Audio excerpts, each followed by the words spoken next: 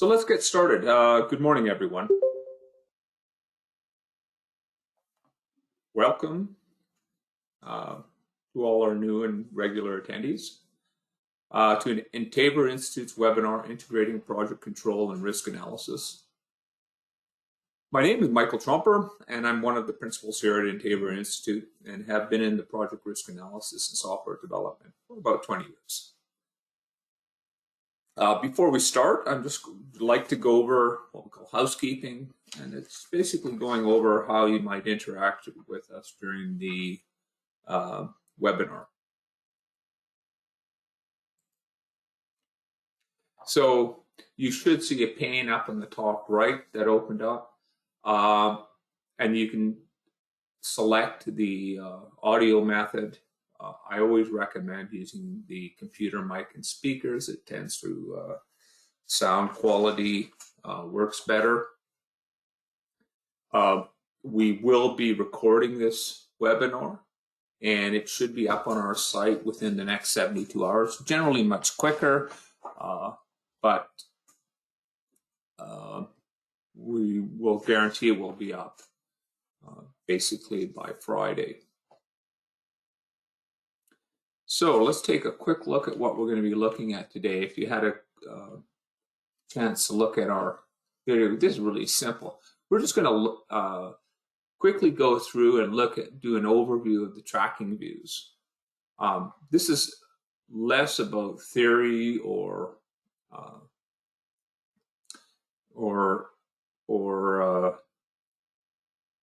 what you want to do with actuals. It's really going to look at mechanistic, because we've had a lot of questions about how do we calculate actuals? How do we calculate actuals with uncertainties? And how do I get my actuals from either how do I enter them in Risky Project, or how do I import them in from another third-party tool? So that's what we're going to be looking at today. Sort of mechanistically, what is actually happening when you have actuals, and how do we calculate the uncertainties? And then we'll take a look at how you might, what are the various methods that you can bring in your actuals, and how that might affect your simulation, the results of your simulations. If you looked at the video that we had out, this is just one of the slides from there. And really what we're going to be looking at today is focused around the entering actuals and perform the analysis. It's really how do we get what's happening when we get the data in, how is that calculated, and then once we run our simulation the next time, how do we import it? And you can standardize depending on how it meets your processes. So with that, we'll go right into the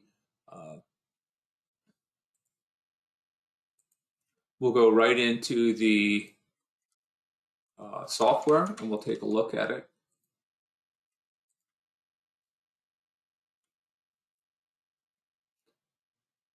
Oh, and here we go. So I've just created. We look at here. I've created a single task, because that will just help us explain it. We make it too many tasks with a lot of data, it might become a little bit more complex than it needs to be to go over this. And I've created some actuals. I've created some low and high durations. I did that simply, if you look here, and I use the risk bands here. I've got my monitor on a different setting, so they're sort of cut off. If you want to know how uncertainty bands are calculated, I'm just using this one just to give it a little bit more dramatic effect when we're looking at the actuals. Now, actuals are calculated, or they're tracked in the tracking tab. If you're not aware of that, that's sort of really where the entire system, a lot of times you don't actually have to go in there. If you're bringing in actuals, you don't need to be in here to run it, but this is actually where you can see how some of this calculation is done. Now, if we look over, I'm just going to drag this over, and we can see the results of the simulation right now. And what the tracking Gantt does is shows us with actuals and without actuals, and we'll look at the tracking Gantt. And the tracking Gantt gives us a little bit better idea. We can see the current, the baseline plan, and then we can see the results of low, base, and high. And I believe they're set at P10 and P80. And we can see it sort of split it down, and our mean of the values is, you know, slightly to the right of the baseline that we have in here. Now, one of the things when we look at it, there's actuals are calculated in several different ways. You can use that to do it, but the main things when we're looking at it is it uses percent done. So that's a key focus. So it uses percent done to, and that is duration. And it uses the actual start dates, and it uses the actuals. Now we could take a look at that. And if we wanted to enter that into here, if I wanted to add a status date, so I'm going to start the status date here, and that'll be the start. And if I wanted to go off on, let's say at the end of the week, and we're at 10% done, you can start to see that this is sort of starting to build a, we'll do 5 just to see if we start to see that, and then we'll go the next week up, and we'll say that's, well, we'll give it a little bit, make it a little bit that we're going along like we are, but we can actually start to see that we're veering off on that. And I'll do one more just to make it a little bit, and we'll make that 40. We've improved a little, and let's do one more just because we enjoy entering in random numbers, and 60. Okay, yeah, and it's sort of come up, and what does that look like when we go? And see, once we've done that, even though we have these different changes, and well, if we added that into there, but this is really the main one that it looks at once it looks at what we're doing going forward. And once I'd sort of gone out of the screen, it automatically ran that quick simulation on there. And we can see the results of the calculation here. So it's tracking the percent done, and it's looking at the status date, percent done, status date, and we start to get this. Now, what's actually happening here, because you might have noticed when we went in here, we actually didn't enter in any estimates. So there's no low, base, or high here. Now, the reason for that is that if you don't enter, there is no data there to provide for the thing. What the algorithm in the software does, it assumes that you're using the same ratios for base duration, low duration, high duration, or say same coefficients. So if we looked at the uncertainty bands, and we can see that this is how they've been calculated. When we calculate the uncertainties based on when there's no other data there, it will take that base duration, it'll take the percent done, status date, recalculate that, and then it will use the coefficients that we used originally to calculate the remaining duration for low and high. So this is very simplistic, and this simplifies. So if you're still believe that there's the same amount of uncertainty in the system, in the activities, you don't actually have to enter in low and high durations. It will calculate that automatically based on the prior, it'll basically prorate it based on the prior coefficients that were used to calculate the low and high duration. And would be the same if you manually entered them in originally. It will generate those coefficients behind the scenes. So that's why even though we don't have low and high entered in here, we're getting that same result.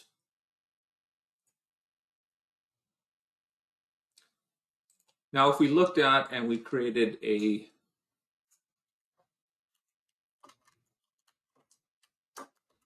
I'm just going to create another one, and we're going to show you just a slightly different way of doing it. So this one's 50%. And right now, because we don't have any selected, this is actually giving us the entire, and I'm going to go in and do I'll just add some date, and I will do the same thing here.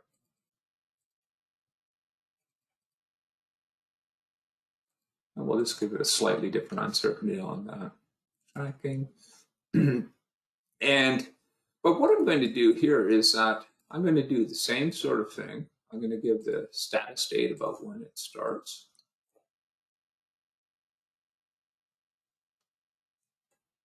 You can start to see, and that's actually, you can see that it's already calculated that. And we'll go a bit again.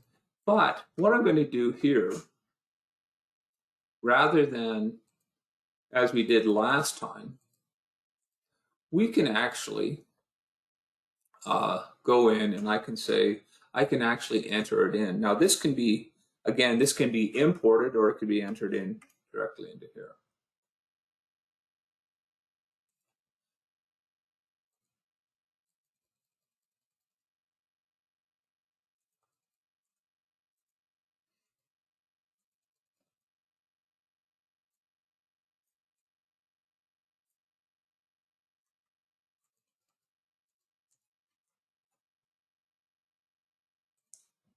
And if we wanted to, we could start to see what's happening on that particular. And so this is this particular activity here going on. If I wanted, that's that activity. This is this activity. And we could enter that in and we can override that. So if going down the same thing where we had actuals coming in, and we wanted to manually change that, we've got to, we believe there's now 22 days left, and we think this might be, if everything goes well, we could do, might be able to do 18 days. And if it doesn't go well, we're still at, 36 days or something. So we just go along and you can start to rebuild that out in the same way.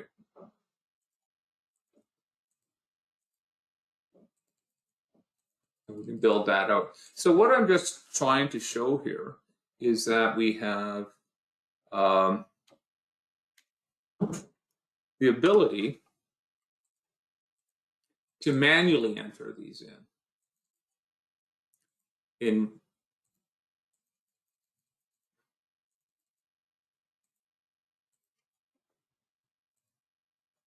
Ooh, we can start to see that's going all over the place there.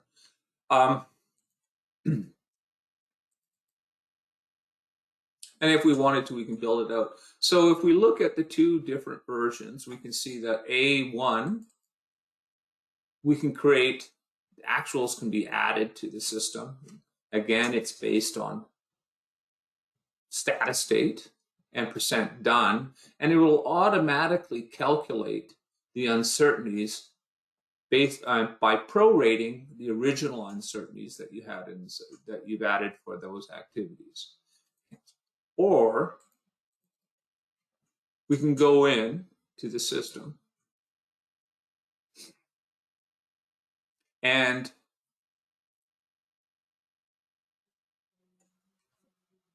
we can go into the system and we could manually update them. And what that does, what that means is that if you're bringing the data in, if you're running it and managing your project in Risky Project, you can add actuals within Risky Project. If you want to manually update the estimates for low and high, you can do that as well. And you can, and that in that way, you have two methods. One is going to automatically calculate those low and highs for you, and the other ones you can manually enter, and that will override. It will override that sort of base algorithm that we have. And if we look at the tracking chart, we can start to see the differences here. So, and it just little color coded on there.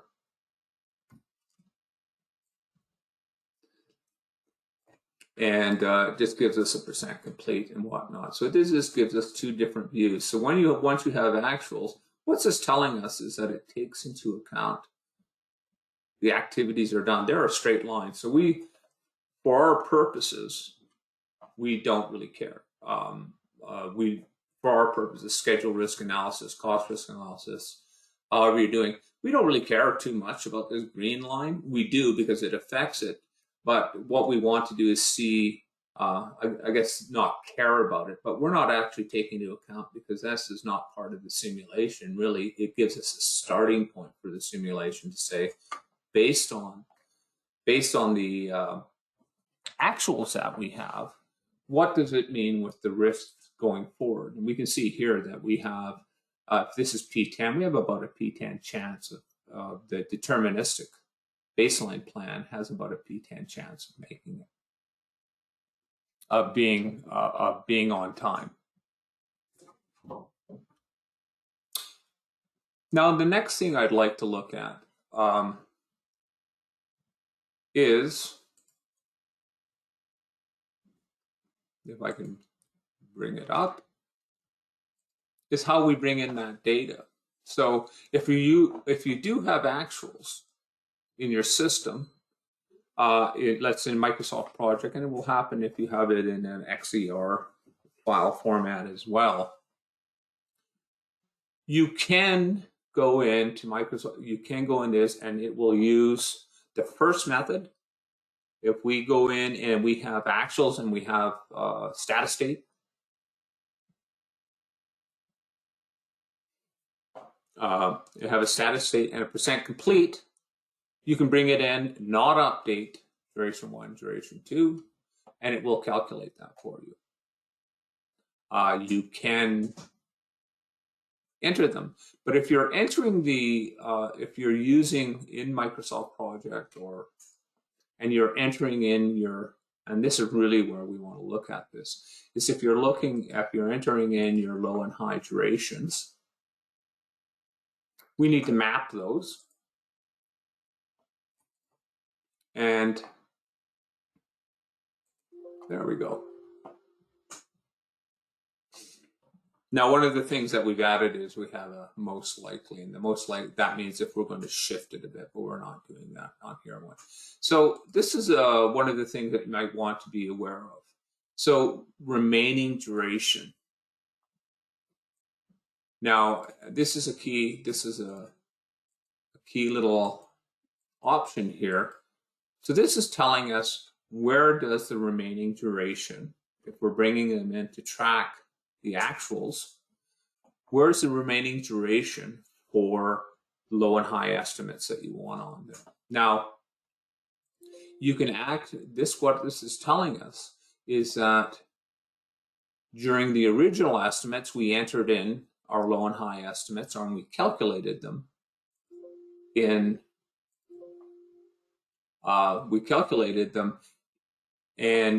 added them to duration 1 and duration 2. Oh, let me just change that. And we added them to here. Now we've updated the estimates for going forward. We have actuals, we have percent complete, and those are being updated, and the duration. So what we can do is if you're in the system, it's going to go out. You can do an update, and it'll say, oh, some of these are, should say some of these are actuals. No, okay. I'll have to figure it. Oh, the actual ones are up here. Ones with actuals are up here. And you can see sort of we have some strange dates here. What that's telling us is you can go in, and if I wanted to add a duration, this should show us that we have some actuals in here. Yeah, okay. So this means we have remaining duration. So when we calculate that, you can add them manually. I can change them manually. If I have a group of tasks that have actuals, we could do it as coefficients. But where is that data? So is that if that data is here, this is now reflecting remaining duration for actuals. It's not remaining duration for the baseline schedule for the base. It's on now. It's not the original estimates that we had before any actuals, and it's now calculating those, and we're mapping them. And this field right here tells us where those are going to be mapped. Now, you have two options. You can have duration. You can actually go in here, and this means that we're going to maintain these mappings. So anything that's in duration 1, duration 2, if they have actuals, it'll pull that in. If you wanted to create a second set, you have your original estimates, and you have a second set of estimates going forward with your actuals. You can map them in here, and you could select additional duration columns. I could go duration 3 and duration 4, and I could add my remaining durations into there, and then you'd have basically two sets. You'd have two sets of data. One's your original, one's the other. But this is just telling the software, where are we keeping our actuals? Obviously, the duration, actual duration, is always calculated based on status state and percent complete. And that's always going to be pulled from the duration field. But where do the low and high estimates? So we can keep them in duration 1, duration 2, or we can create another set of data there. So that's just one thing to really be aware of when we're doing that. And so once we've done that, this does have actuals in it, not a whole bunch, not a huge amount, but when we go in and we go to risk schedule, I'm just going to pull this over, and we can see the results of this, we hope. I'm just going to calculate that, and we'll go to tracking, and we can actually see the data that's in here. Now this is a little, we'll sort of bring this in a little bit. And you can start to see a sort of a magnified view, and we can start to see the actuals in the system. Some are partially completed, some are not. And in the mapping, what we did, and we can check, but the mapping is that we brought over our actuals, and we can actually start to see, once we bring it in, the calculated values that we have in here. We can see that. So it's bringing in that data from the third-party schedule based on the data that it had in those columns, and we can see that here, along with the type of distribution that we have assigned with that. Now, one of the things we won't see is in this, it will give us the data, just a status state, and we won't get that time series up there. It will always just come in and overwrite that with the percent done in the status state. It doesn't actually give us that time series. So really important when we're doing this is to understand what's driving how your simulation is being calculated.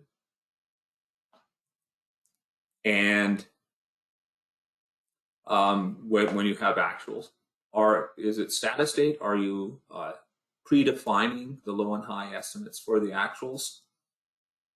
If not, we will calculate it for you automatically. If you do have that data, it will bring it in and it will be populated in here, and you can actually see that. And if we wanted to, we can adjust that as well. So 2 sets of data, but it does bring it in. So that's really how we integrate the actuals that you have in your project that you're using to manage, and then how we bring it in so that we can run a risk analysis and a Monte Carlo simulation on them. So we have the data, and you really need to make sure you understand how you're setting up your data in your scheduling tool, and how you want to bring it into Risky Project, and how you want to assign how uncertainties being assigned, where they're being assigned, whether it's in Microsoft Project or Risky Project. Again, that really comes down to a decision you make. But it can affect how the data that you're getting in and the results of your simulation. So the point of this point of the webinar is to make sure you understand how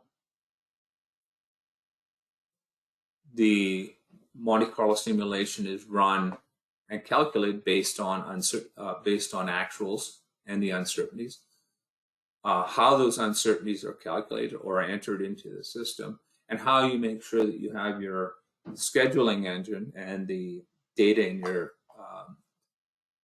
scheduling tool set up correctly so we can bring it into Risky Project.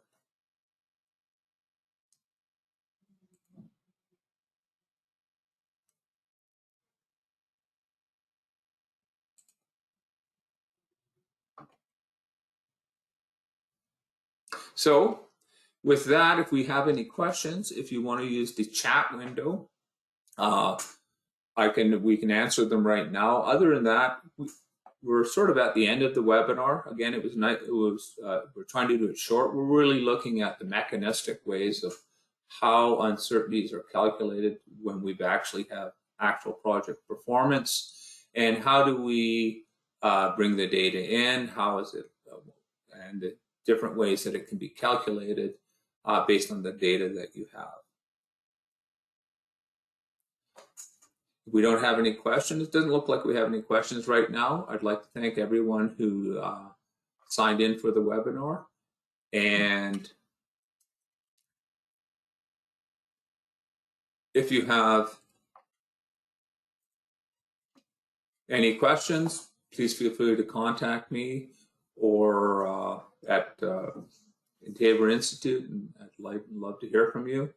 If not, I look forward to hearing from you or seeing you on our next webinar, which should probably be in the late summer. And we'll remind you that the webinar is being recorded and will be posted on our website for future viewing within the next 72 hours. Thank you very much.